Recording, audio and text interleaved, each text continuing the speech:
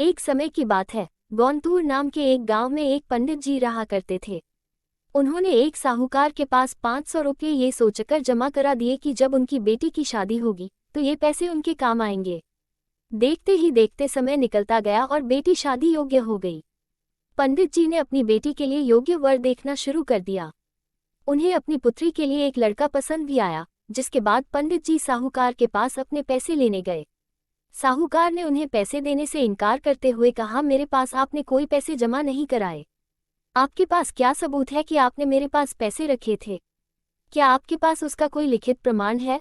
साहूकार की ये बातें सुनकर पंडित जी परेशान हो जाते हैं और वे समझ जाते हैं कि साहूकार ने उनके पैसे हड़प लिए हैं। एक दिन पंडित जी मंदिर से घर लौट रहे थे, तभी उनके दिमाग में विचार आया कि उन्हें उस साहूकार की शिकायत राजा से करनी चाहिए। हो सकता है राजा इस परेशानी का कोई हल निकाल दे। पंडित जी बिना देरी किए राजा से मिलने के लिए पहुंच गए और वहां जाकर उन्होंने अपनी परेशानी राजा के सामने रखी। पंडित जी की बात सुनकर राजा ने कहा कि कल नगर के लिए हमारी सवारी निकलेगी, तुम उस समय उस साहूकार की दुकान के सामने जाकर खड़े हो जाना। राजा की बात सुनकर पंडित जी अपना झोला उठाकर घर को निकल गए। अगले दिन राजा की सवारी निकली। नगरवासियों ने उन्हें फूलों की माला पहनाई और आरती उतारी। पंडित जी राजा के कहे अनुसार उस दुकान के सामने खड़े हो गए।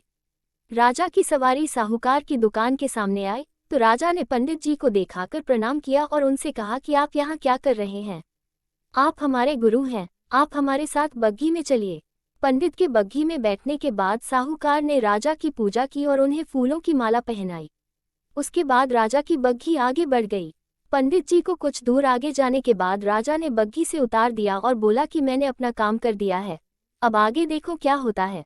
पंडित और राजा के संबंध को देखकर साहूकार सोच में पड़ गया और उसे घबराहट होने लगी कि कहीं पंडित उसकी शिकायत राजा से न कर दे। वो घर जाकर रात भर सो नहीं पाया। सुबह दुकान पर जाकर सबसे पहले साहूकार ने अपने मुनीम को पंडित जी को सह सम्मान दुकान में लाने के लिए कहा। मुनीम पंडित जी को ढूंढने निकल गया।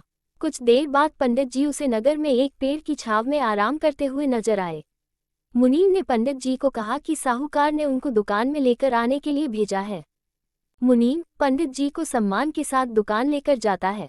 साहूकार पंडित जी को आदर सम्मान के साथ बिठाते हुए कहता है, मैंने पुराने खाते की अच्छी तरह जांच की और उसमें आपने मुझे 500 रुपये दिए थे, इसकी जानकारी मिली है।